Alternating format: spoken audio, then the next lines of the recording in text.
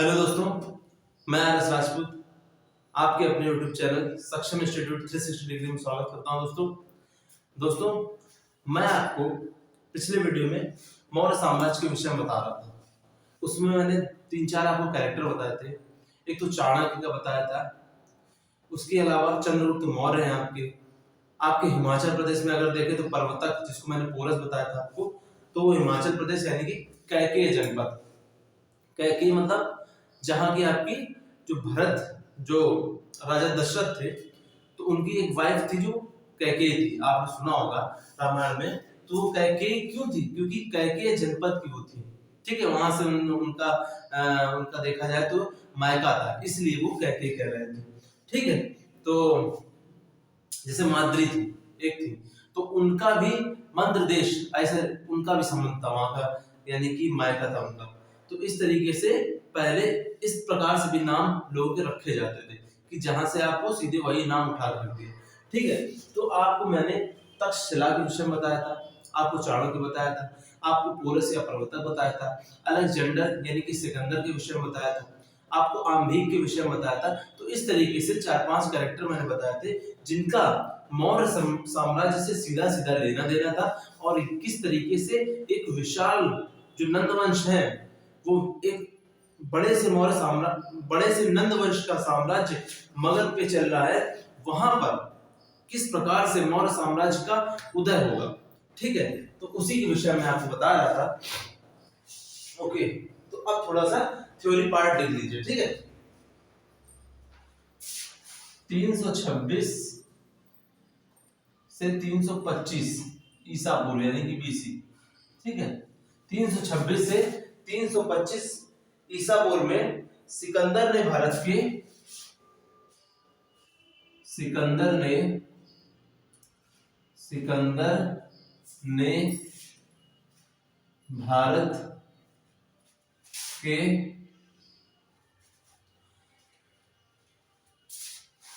उत्तर पश्चिमी क्षेत्र पर आक्रमण किया। उत्तर पश्चिमी क्षेत्र पर आक्रमण किया।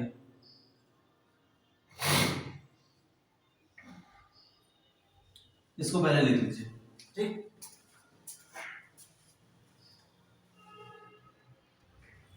ठीक है कि 326 से 325 ईसा पूर्व यानी बीसी में सिकंदर ने क्या किया? भारत के उत्तर पश्चिमी क्षेत्र पर आक्रमण किया। उत्तर पश्चिमी क्षेत्र आप समझ गए होंगे भाई, मैंने जो आपको बताया था। अगर ये इंडिया है मान लीजिए, ठीक ठीक, अगर ये इंडिया है तो ये वाला साइड पाकिस्तान क्षेत्र, जहां पर आपका तक्षशिला है, तो ये उत्तर पश्चिमी क्षेत्र हो गया। जहां पर मैंने आपको बताया था कि किस तरीके से वैदिक काल में आर्य लोग उत्तर पश्चिमी क्षेत्र पर आए थे। यहीं पर तो थे कश्मीर, और यहाँ तक कश्मीर था, आपका पुंछ था, राजौरी था, कारगिल वाला क्षेत्र। तो यहाँ पर आपके देखा जाए तो उत्तर वैदिक काल में, ऋग्वैदिक काल में आपके जो आर्य थे वो इस साइड में थे, फिर बाद में वो इधर पूर्व की हो रहा है और कुछ इस तरफ दक्षिण में नर्मदा घाटी की तरफ। ठीक है, तो फिलहाल इधर देखें तो आपका इस साइड से आपका जो सिकंदर है, ठीक है, वो आक्रमण कर रहा है उत्तर पश्चिम भारत में। ठीक है, उस समय आपका आम्भीक था, ये मैं बता चुका हूं आपको। आम्भीक तक्षशिला का राजा था, तक्षशिला का राजा था। ओके,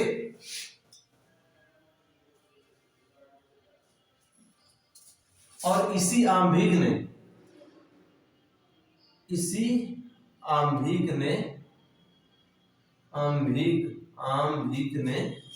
सिकंदर के सामने समर्पण कर दिया था। सिकंदर के सम्मुख आत्मसमर्पण कर दिया था। आत्मसमर्पण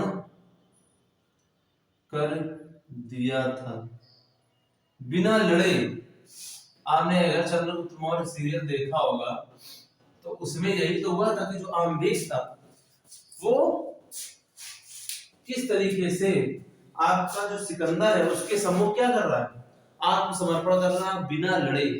मतलब लड़ते फिर करते तो एक बार अलग बात थी, लेकिन वो बिना लड़ाई कर देता, इसलिए ये बड़ा ही देखा जाए तो डरपोक शासक था। ठीक, तो डरपोक शासक होने के नाते इसने आत्मसमर्पण कर दिया था। कहीं ना कहीं आपको ये भी पता होगा कि आम्बीक का चंद्रगुप्त मौर्य के साथ आपस में पर्सनल दुश्मनी थी फ्रॉम द बिगिनिंग। तक्षशिला में जब वो ट्रेनिंग कर रहा था उस सीरियल में आपने इतना तो देखा होगा। और कहीं ना कहीं आत्मसमर्पण करने का जो मेन कारण था वो यही था कि किसी तरीके से मुझे चंद्रगुप्त मौर्य को हराना है, क्योंकि आपको मैं बता रहा हूँ कि चंद्रगुप्त मौर्य भी इसमें एक्टिव चल रहा है। फिलहाल उसके पास साम्राज्य नहीं, कहीं का उत्तराधिकारी कहीं कुछ तो है नहीं वो, बट उसकी जिस तरीके से विलक्षण क्षमता है, आम्बीक भी जान रहा है कि ये कभी ना कभी एक बड़ा शासक बनकर उभरेगा। ठीक है, तो 2 पॉइंट आप ये लिख लीजिए।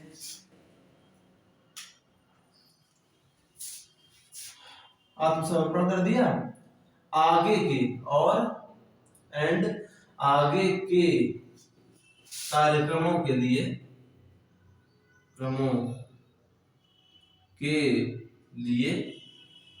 तक्षशिला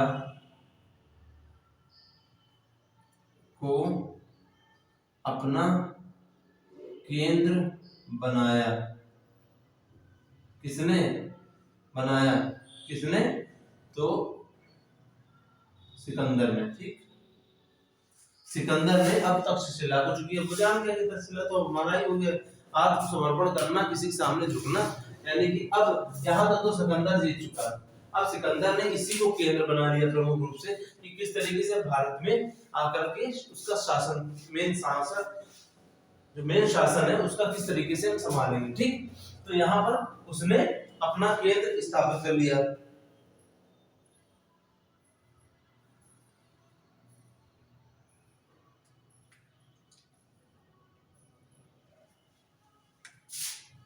ओके, अब देखिए यहाँ पर उसने शासन कर लिया है, तो यहाँ पर जितने भी आसपास के क्षेत्र है, पॉइंट नंबर 3 है ये, आसपास के कबीलाई क्षेत्रों को जीत लिया। क्षेत्रों को सिकंदर ने जीता, मतलब तक्षशिला पर तो सिकंदर ने जीता। अब देखिए कबीलों को जीत रहा है, इतना मतलब बेकार शासक है कि बोल रहा है मैं पूरी दुनिया को जीतने चलूंगा, लेकिन जीत किनको? छोटे-छोटे कबीला राज्यों को। ये तो आत्मसमर्पण कर चुप बैठे हैं आम्बीक तक्षशिला में। ठीक, और ये अगल बगल के, यही तो इसकी प्रॉब्लम थी, ये ओवर कॉन्फिडेंस में था। जो आपका सिकंदर है ये ओवर कॉन्फिडेंस में था। ये क्या करता था? छोटे-छोटे राज्यों को जीतता था, बड़े राज्यों को इसको लड़ने की हिम्मत नहीं होती थी, तो ये क्या करता था? साइड से निकलता था।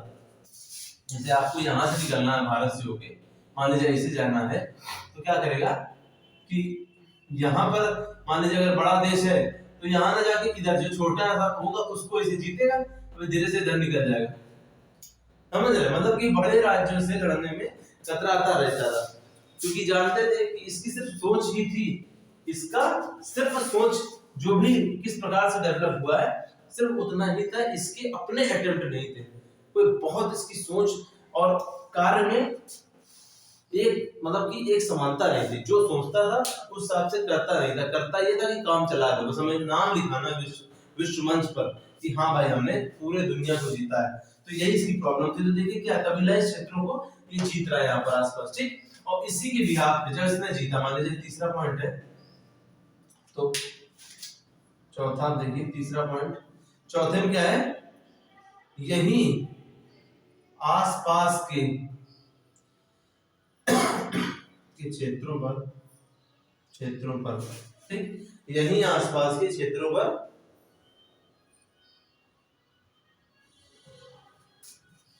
सिकंदर के बहुत से सेना नायकों ने ठीक, बहुत से सेना नायकों ने राज्य करना प्रारंभ कर दिया,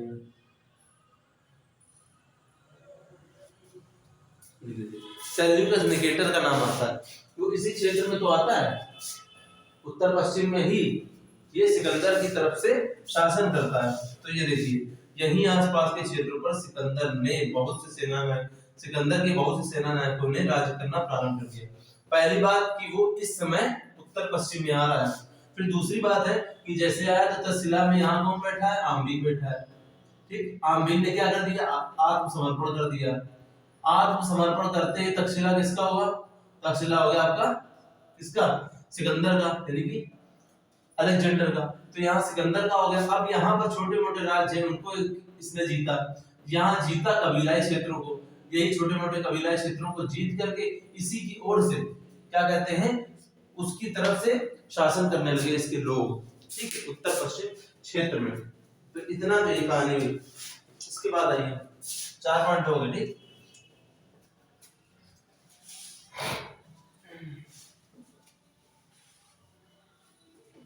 ओके, ये 4 पॉइंट मैंने आपको बता दिए, लिख लीजिए बिल्कुल।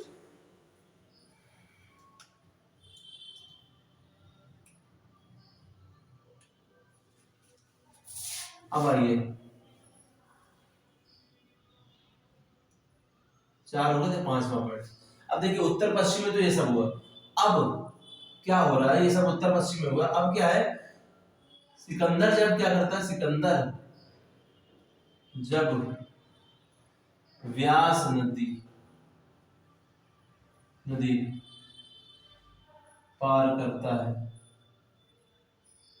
ठीक, देखिए जब सिकंदर आपका क्या है, व्यास नदी पार करता है,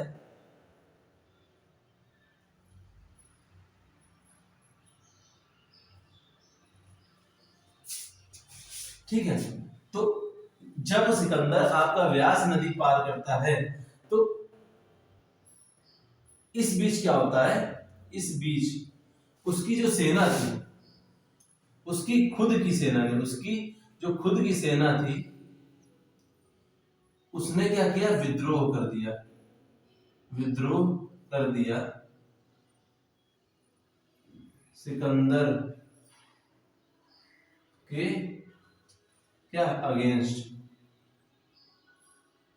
अब ये देखिए सिकंदर जब आपका व्यास नदी पार करता है, ये पार करने जा रहा होता है, तब क्या होता है, उसकी सेना थी वो विद्रोह कर देती है सिकंदर के अगेंस्ट। कारण ये था कि ये जो सेना है वो क्या है, इसकी भाड़े की सेना है, यानी किराए की सेना है। अब सोचो किराए की सेना का तात्पर्य क्या हुआ, ठीक है, किराए की सेना है। अब आप बोले किराए की सेना मतलब क्या है, किराए की सेना का मतलब ये है कि सिकंदर ने इससे क्या कहा था कि चलो पूरे दुनिया पर राज करेंगे, पूरी दुनिया को जीतेंगे और जो बचेगा तुमको भी देंगे। ठीक है, तो एक तरीके से पार्टनरशिप सिस्टम था किसके बीच, सिकंदर और उसकी सेना के बीच। तो देखा जाए तो उसमें अपना, अगर देखिए जो सेना थी वो उसकी कोई पर्सनल मतलब कि देखिए तो किराए की सेना थी, कोई देश और बोले तो राष्ट्रीयता की भावना नहीं थी उनमें, की भावना नहीं थी उनमें। ठीक, तो इस वजह से उसकी सेना ने क्या किया, विद्रोह कर दिया। क्योंकि कारण ये है कि सिकंदर क्या कर रहा, अनाप शनाप युद्ध लड़ रहा, छोटे मोटे, और इस वजह से उसकी जो सेना है वो कहीं ना कहीं इसका विद्रोह कर रही है। जिससे आपको ऐसे बताऊं, जो चीन की जो आर्मी है, ठीक है, तो चीन की जो आर्मी है वो भी एक तरीके से क्या है, देश की भावना उसमें भी नहीं है। जो उसकी आर्मी वो सरकार की आर्मी है, ऐसे समझिए कि सरकार के लिए वो कार्य करती है। जो चीन में डिक्टेटरशिप है तो इसी कारण से तो है, वहां पर कम्युनिस्ट जिस तरीके से सिस्टम है, तो उसमें ये है कि सरकार के प्रति आत्मसमर्पित है उनकी अपनी बनाई हुई जो मिलिट्री है। लेकिन भारत में क्या है, भारत की सेना किसी भी सरकार, जैसे बोले अभी मोदी सरकार है, पिछले टाइम आपके क्या कहते हैं कि मोदी जी से पहले आपके थे डॉक्टर मनमोहन सिंह, यानी कि कांग्रेस पार्टी थी, इसके पहले भी पार्टी थी। तो कुल मिलाकर के पार्टियां बदलती रहती हैं, लेकिन जो आपकी मिलिट्री है, आपकी जो आर्मी है, वो किसके प्रति समर्पित है भारत में, तो वो समर्पित है देश के प्रति, देश के संविधान के प्रति, उसके अनुसार कार्य करती है। इस वजह से हमारे देश के लोगों की फीलिंग जो है, जो आत्मसमर्पण की भावना है, वो ज्यादा है कंपेयर टू किससे, चीन या अन्य देशों की आर्मी से। तो यही फायदा होता है। लेकिन इस जो सिकंदर है, सिकंदर की सेना में क्या है, वो सब किराए वाला सिस्टम है, इसलिए वो इसके अगेंस्ट क्या करती है, विद्रोह कर देती है।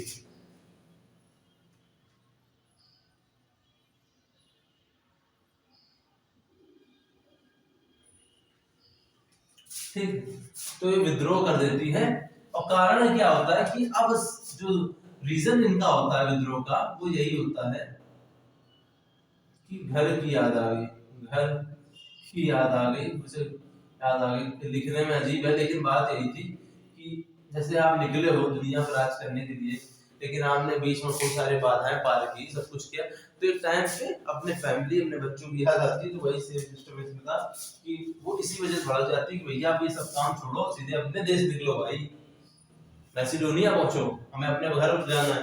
तो लेकिन इसके लिए सिकंदर राजी नहीं था। इस वजह से क्या हुआ था, विद्रोह हो गया था। ओके, अब देखिए,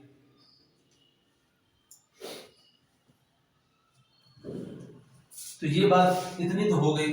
फिर अंत में जब आगे चल करके जब सिकंदर जो होता है वाकई जब इन लोगों की बात मान जाता है, तो क्या करता है, जब सिकंदर वापस लौट रहा होता है, जब सिकंदर जो है आपका वापस लौट रहा होता है, तो किसी ने सिकंदर के क्या छुरा मार दिया, एंड फिर क्या होता है, सिकंदर की मृत्यु हो जाती है। क्या होती है, मृत्यु हो जाती है। वो लिख लीजिए इसको। ओके, सिकंदर जब वापस लौट रहा होता है, तो किसी ने सिकंदर के छुरा मार दिया और फिर सिकंदर की मृत्यु हो जाती है। बड़ी बेकार मृत्यु हुई थी इसकी, सिकंदर की किसी काम की नहीं थी। इसकी भावना, फीलिंग ही बहुत होती कि मतलब फीलिंग इसकी बहुत थी, बट इसका देखा जाए तो बहुत खराब इसका जीवन हुआ भाई। क्योंकि दुनिया को जीतने चला था, इसकी अपनी सेना ही विद्रोह के अगेंस्ट करती है। फिर सेना में से कोई एक व्यक्ति धीरे से जब लौट रहा होता तो छुरा मार देता, तो क्या छुरा मार देगा, ना डॉक्टर है ना इलाज, तो कोई चीज होती नहीं। तो उसी कारण से क्या होता है, तड़प तड़प के मर जाता है।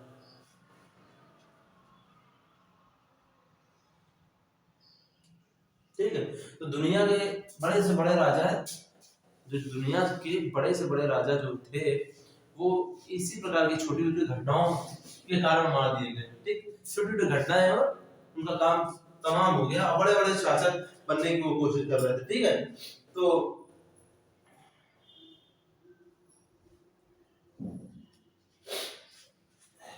अच्छा एक देखिए, सिकंदर के विषय में थोड़ा सा बता दें, फिर स्टार्ट करते हैं, इनका काम ही खत्म कर देते हैं।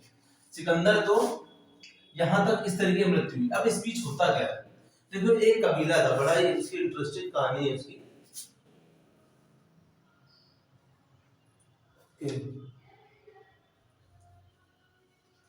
इनका कबीला एक है,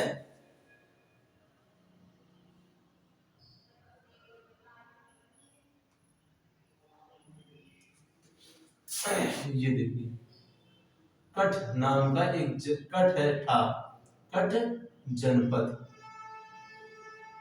इसकी एक बड़ी इंटरेस्टिंग कहानी थी। वो इंटरेस्टिंग कहानी ऐसी थी कि क्या होता, जब जब सिकंदर होता है, ठीक है,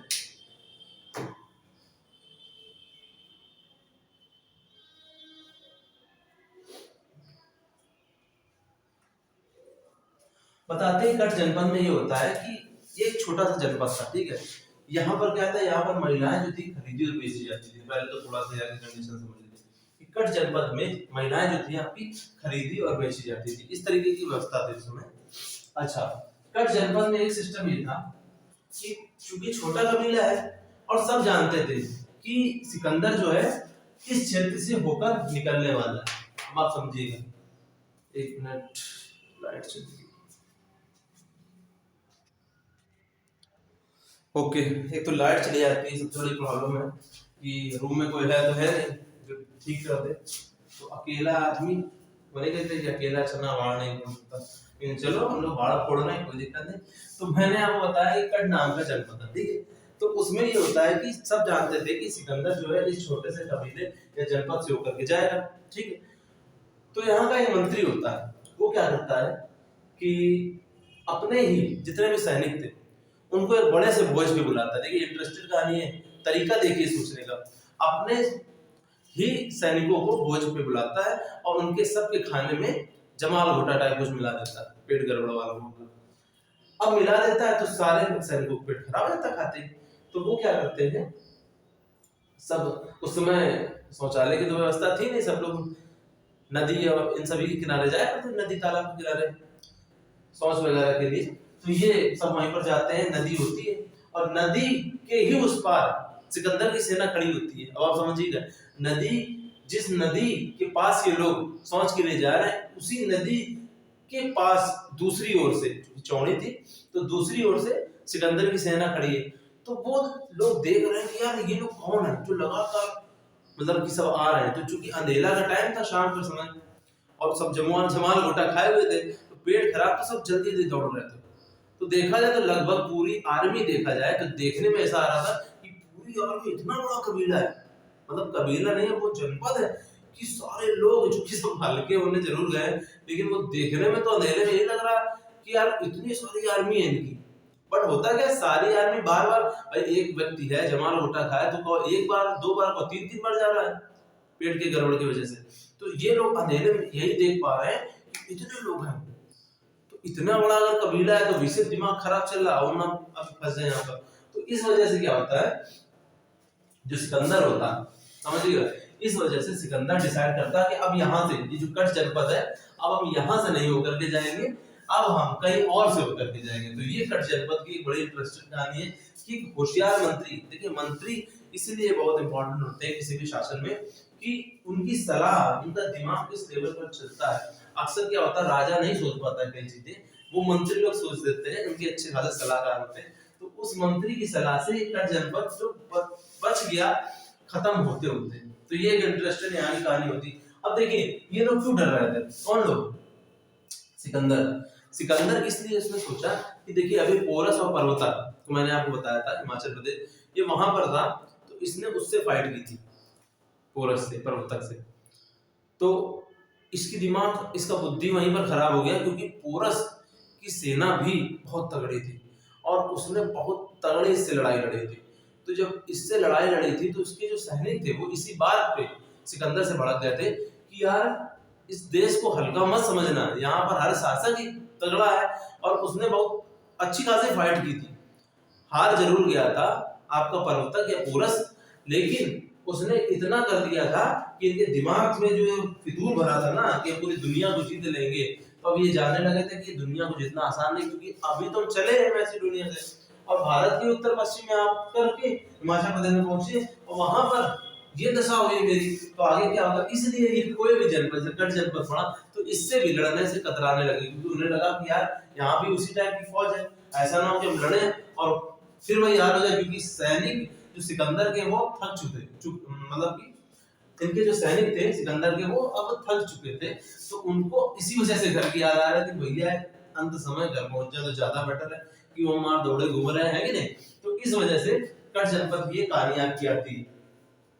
अच्छा, तो इस तरीके से आगे चल करके आपका जो सिकंदर है उनका यही इंटरेस्टिंग एक कहानी थी, ठीक ठाक, और कोई दिक्कत नहीं। इसको आप नोट कर लीजिए, ठीक है, नोट कर लिया आपने। अच्छा,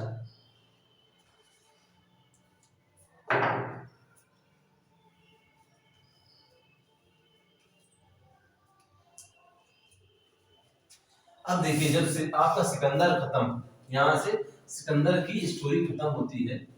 अब प्रश्न उठता है, प्रश्न उठा कि अब भारत का शासक कौन होगा, ठीक, भारत का सम्राट,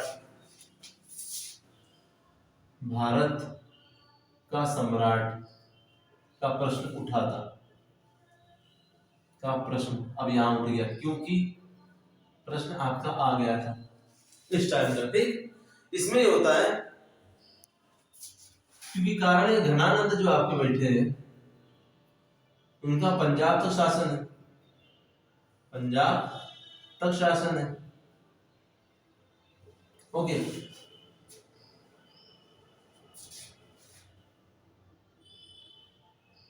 हिमाचल प्रदेश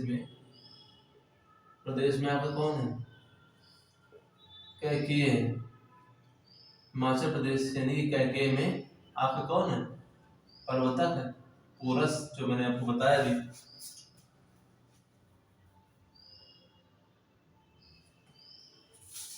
और उत्तर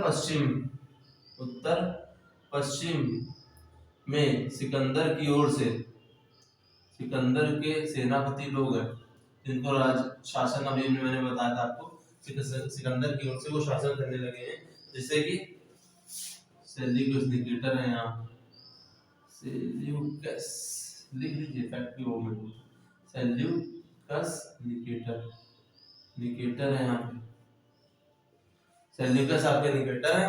और फिलिप, आपने सुना होगा नाम फिलिप, ठीक, फिलिप, सेल्यूकस निकेटर और फिलिप है यहाँ पे शासक, इस टाइप के इत्यादि ऐसे समझ लीजिए एटसेट्रा। इस तरीके छोटे छोटे राजा शासन कर रहे हैं सिकंदर की ओर से। चूंकि आपका सिकंदर जो है उसका तो दंड हो चुका है, ठीक है।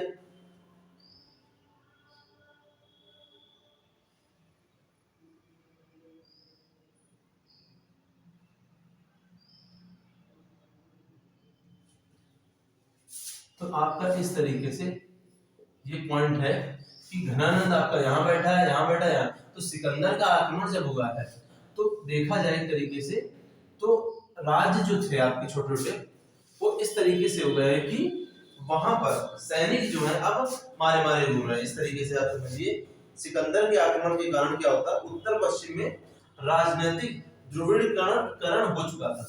राजनीतिक ध्रुवीकरण की एक बात आती है, सिकंदर के आक्रमण से राजनीतिक ध्रुवीकरण हो चुका था।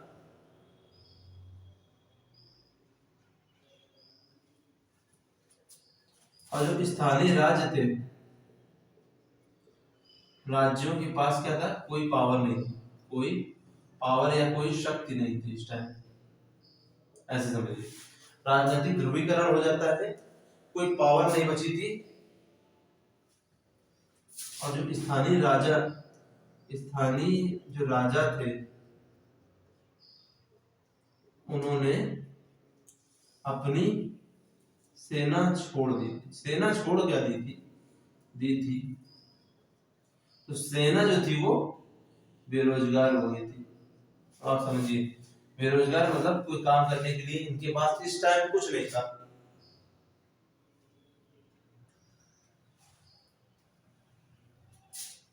तो देखा जाए राजनीतिक अराजकता, यहाँ पर राजनीतिक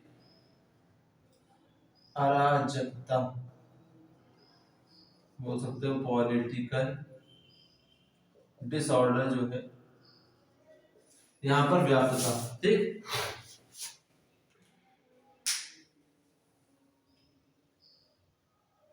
नोट कर लीजिए इसको।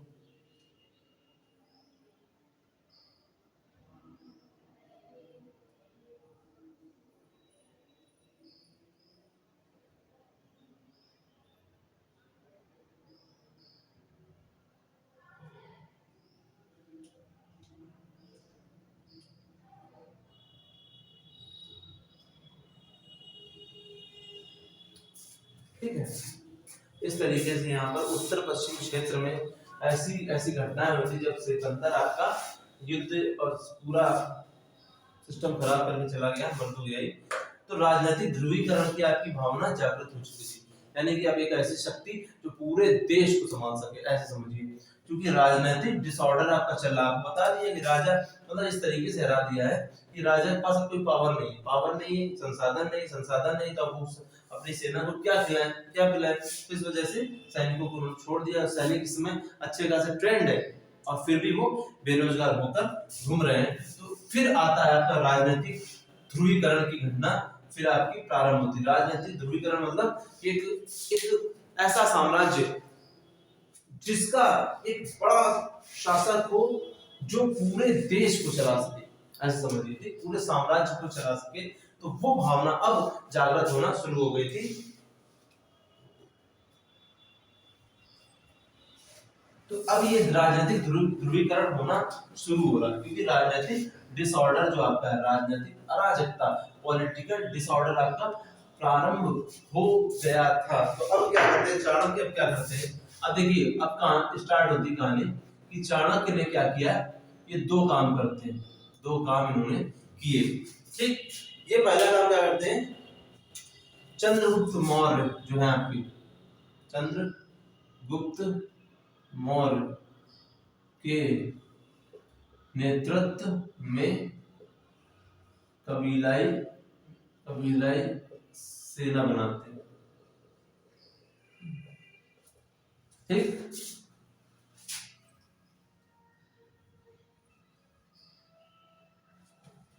फिर क्या करते हैं, उत्तर पश्चिम कबीलाई शासन प्रारंभ करते हैं, क्या करवाते हैं चंद्रगुप्त मौर्य से उत्तर पश्चिम कबीलाई शासन, यानी कि वही भारत की जो हम बता रहे हैं ना जहां पर अभी सिकंदर था, ठीक है, तो वहां पर इस तरीके से कार्य करना प्रारंभ करते हैं। अब दूसरा काम ये क्या करते हैं, जो आपके राजा, जो आपके प्रवर्तक है पोरस जिसको आप बोलते हो, पोरस एक सीरियल भी आया था पोरस राजा प्रवर्तक है, इसके साथ संधि करते हैं, संधि करते हैं।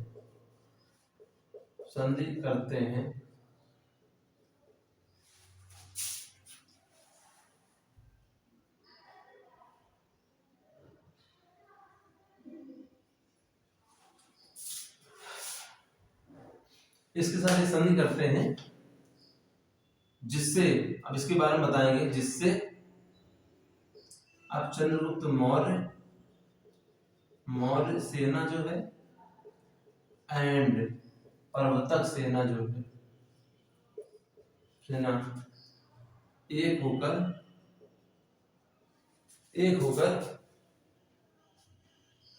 पाटलिपुत्र के लिए चलती, पटना पाटलिपुत्र के लिए उत्तर पश्चिम से चले।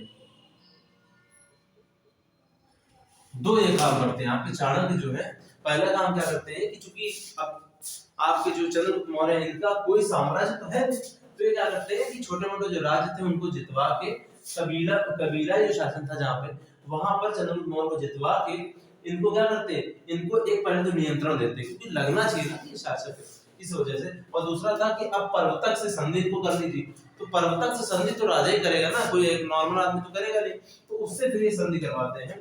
और उस संधि में क्या होता है कि चंद्रगुप्त मौर्य की सेना और जो पर्वतक की सेना थी वो एक हो जाती है, और वो फिर पाटलिपुत्र के लिए चलती, कहाँ, नंद वंश की ओर, नंद वंश का सेंटर उसकी राजधानी थी, ताकि उसको डिस्ट्रॉय कर सके अपनी प्रतिज्ञा के अनुसार।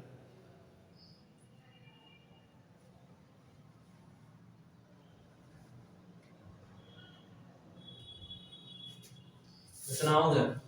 अब देखिए जो आपका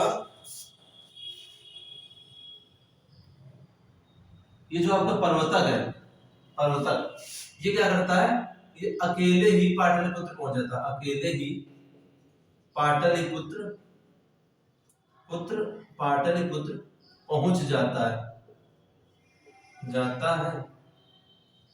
एंड वहां विध्वंस करने लगता है,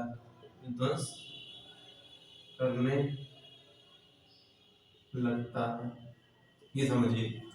और इधर क्या होता है, जो चंद्रगुप्त मौर्य है पाटलिपुत्र सीमा बॉर्डर पर बैठा रहता है, सीमा के बॉर्डर पर सेना के साथ मौजूद होता है, सेना के साथ क्या होता है, मौजूद होता है। इन लोगों के बीच ये होता है कि हम अंदर जा रहे हैं तुम बाहर बैठो, होता है, क्योंकि नंदों के साथ जो सैनिक थे वो 6 लाख के आसपास थे, इनके पास कुछ थे नहीं, खास तौर से चंद्रगुप्त मौर्य के पास कुछ था ही नहीं, इनके कंपैरेटिव से लोग दिमाग लगाते हैं कि क्या करते हैं कि जो आपका पर्वतक है पोरस, इसको बोल देते हैं कि तुम ऐसा करो पाटलिपुत्र में मेन सेंटर में चले जाओ और वहां पर राजनीतिक एक तरीके से उथल पुथल मचाओ। तो उथल मचाने के लिए ये क्या करता है, ये आपका जो है पर्वतक ये क्या करता है, आपने धीरे से बीच में जाती जाता है और वहां पर क्या कहता है कि पूरे दरबार में, भरी दरबार में एक यूनिवर्सिटी यानी कि एक विश्वविद्यालय खोलने की बात कहता है, किससे, आपके जो घनानंद है। तो घनानंद ऐसी बात बोलता है तो वहां पर कुछ मंत्रियों में मतभेद हो जाता है, और वो जानता था इस पॉइंट पर मतभेद होगा जरूर।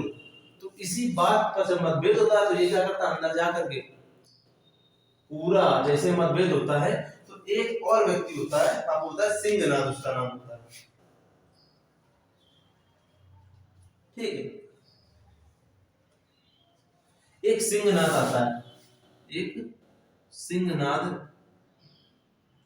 व्यक्ति प्लस एक सैनिक टुकड़ी, मतलब की सैनिक टुकड़ी, ऐसे समझिए कि यहाँ पर क्या हुआ, इसने विध्वंस के लिए क्या किया, यूनिवर्सिटी बोली, यूनिवर्सिटी की बात रखी, तो मंत्रियों में मतभेद हो गया, मंत्रियों में मतभेद तो राजा मतभेद, यानी घरानंद में मतभेद। तो इधर क्या होता है, रात में एक धीरे से एक सैनिक की टुकड़ी, कौन, सिंहनाद की देख रेख में एक व्यक्ति होता है सिंहनाद, उसकी देख रेख में पाटलिपुत्र में प्रवेश करती है, वो सीधे मारकाट शुरू कर देती है। तो पूरा जो सिस्टम था अंदर का क्या होता है, भड़क जाता है, पूरा एक अस्थिरता आ जाती है पूरे सिस्टम में। और यही क्या करना था, यही चाणक्य का मकसद था कि अंदर जाकर के पूरा पॉलिटिकल डिस्टरबेंस इतनी ला दो कि जो राजा है उसकी सोचने समझने की क्षमता खत्म हो जाए।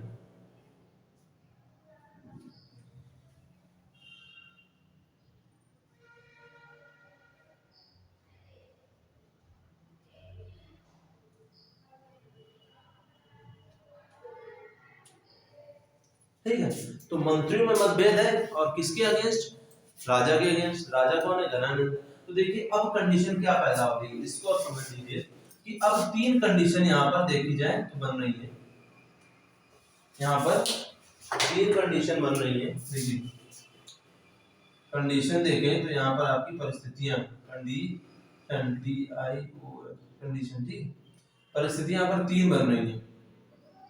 कौन कौन सी, एक तरफ क्या है, अब आप समझिएगा, एक तरफ आपको क्या हो रहा है, सिंहनाद पहुंच चुके हैं, तो क्या हो रहा है, लोग मारे जा रहे हैं, अंदर मारे जा रहे हैं, लोग मारे जा रहे हैं, लूट हो रही है, लूट हो रही है,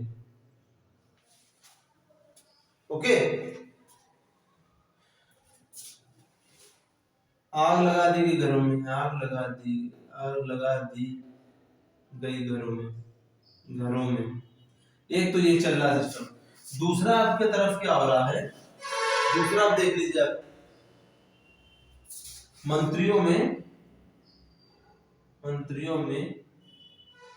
अलग अलग लड़ाई हो गई है, लड़ाई हो गई है। ये मैंने आपको बताया किस प्रश्न में, यूनिवर्सिटी के प्रश्न में। एक तो घटना। तीसरी अब देखिए,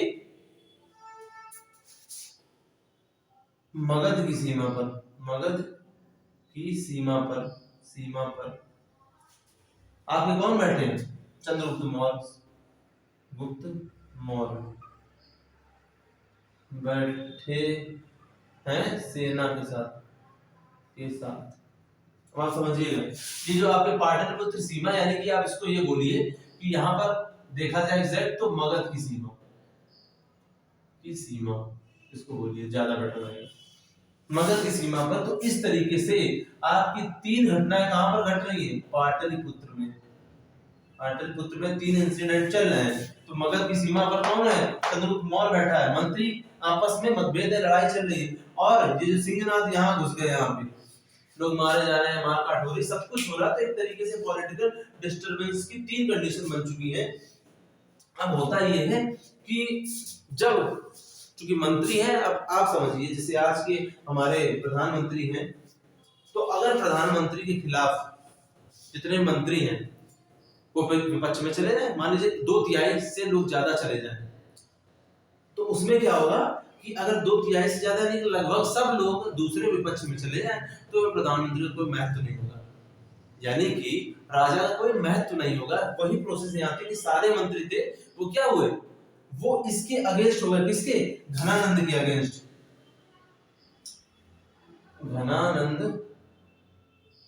के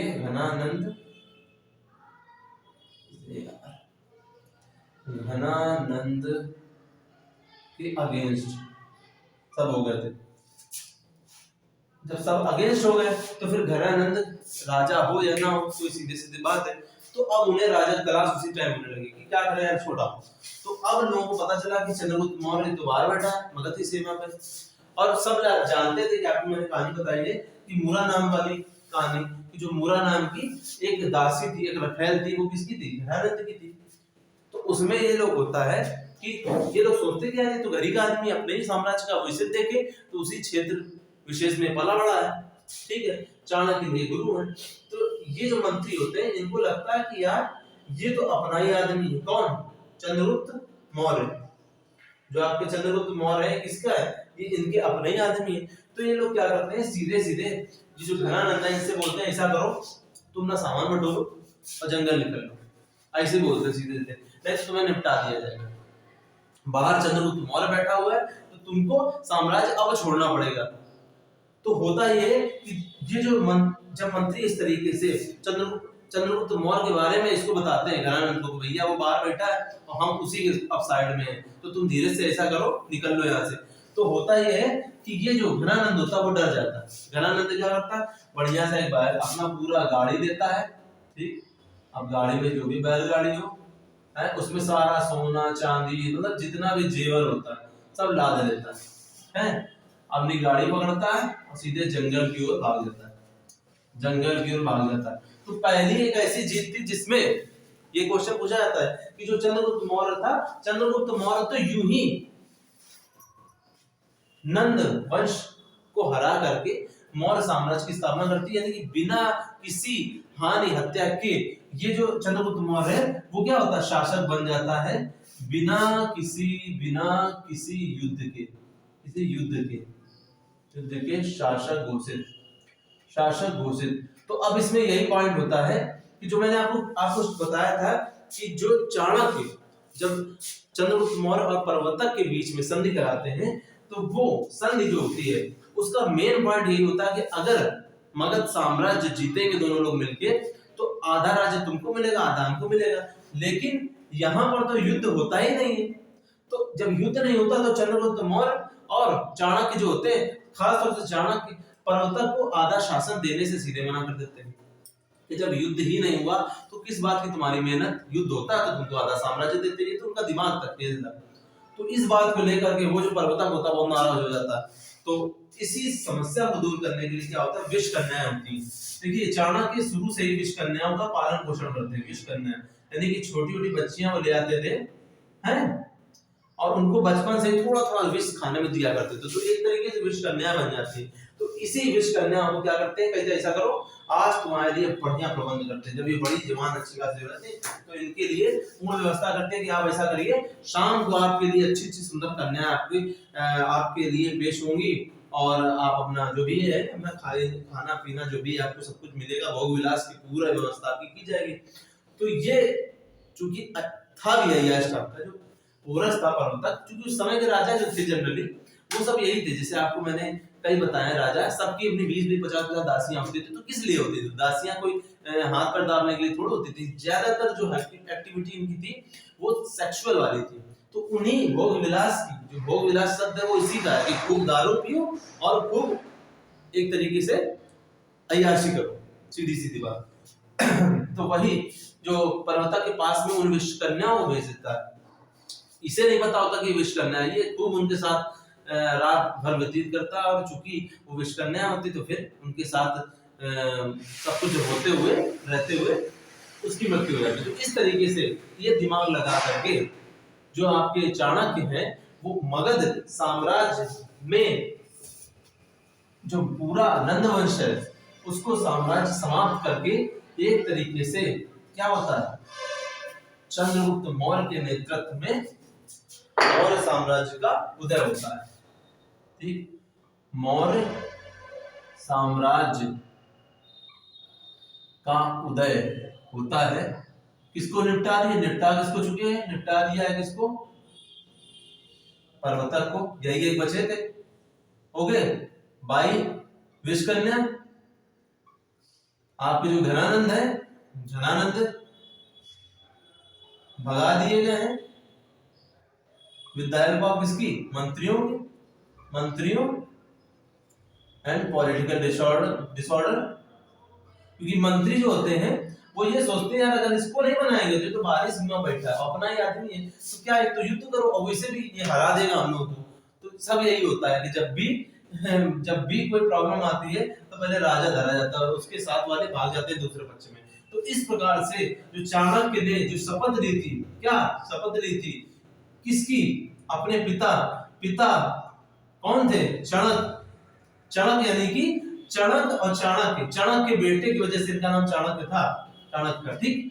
तो चणक की शपथ ली थी कि जब तक मैं नंद वंश का साम्राज्य को मूल रूप से समाप्त नहीं कर लूंगा तब तक मैं अपनी चोटी जो बांधी है उसको नहीं खोलूंगा। तो कहीं ना कहीं इस प्रकार से वो अपनी शपथ पूरी करते हैं और मौर्य साम्राज्य की स्थापना कराते हैं। ठीक है दोस्तों, तो इसके आगे मैं आपको नेक्स्ट वीडियो में बताऊंगा किसी मौर्य साम्राज्य से रिलेटेड, जिसमें आपको मैं अशोक के विषय में भी थोड़ा बताऊंगा क्योंकि अशोक से काफी क्वेश्चन पूछ लिए जाते हैं।